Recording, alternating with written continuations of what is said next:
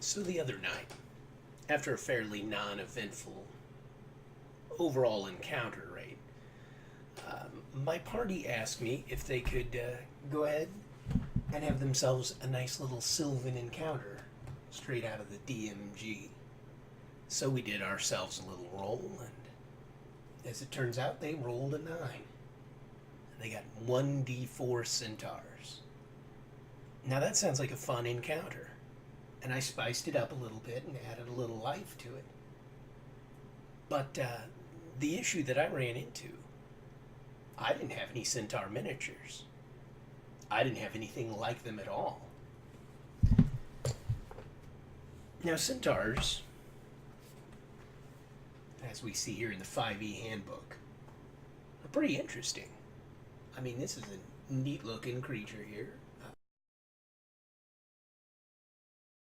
A lot of power, a lot of abilities, a lot of interest to work with. And I thought, well, that would be certainly neat. So I wanted to think for my future Sylvan encounters, what could I bring to the floor to present them as miniatures?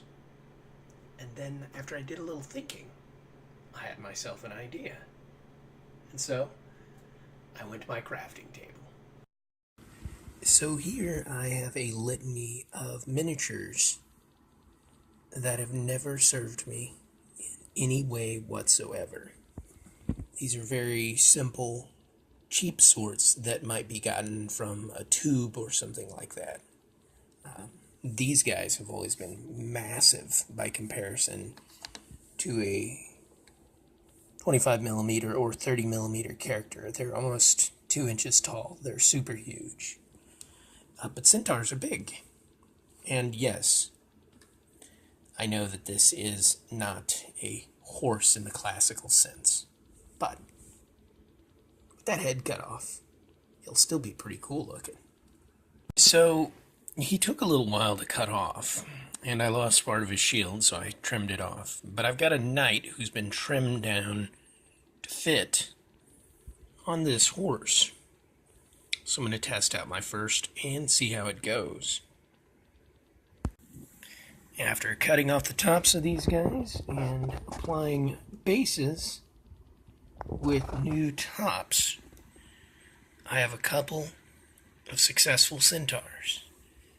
A sheep tar right here, and then a regular centaur here.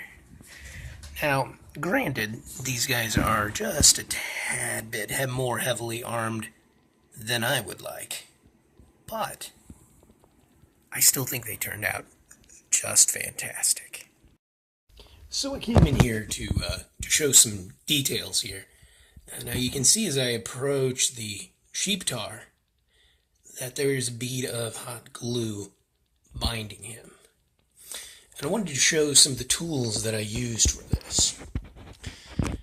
This guy right here is a specialized drill. You can sort of see the head there, although it won't focus really well.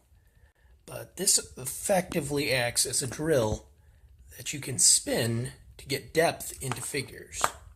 So after I did the cutting of the 2 initial pieces, I did drilling into the top and into the bottom respectively.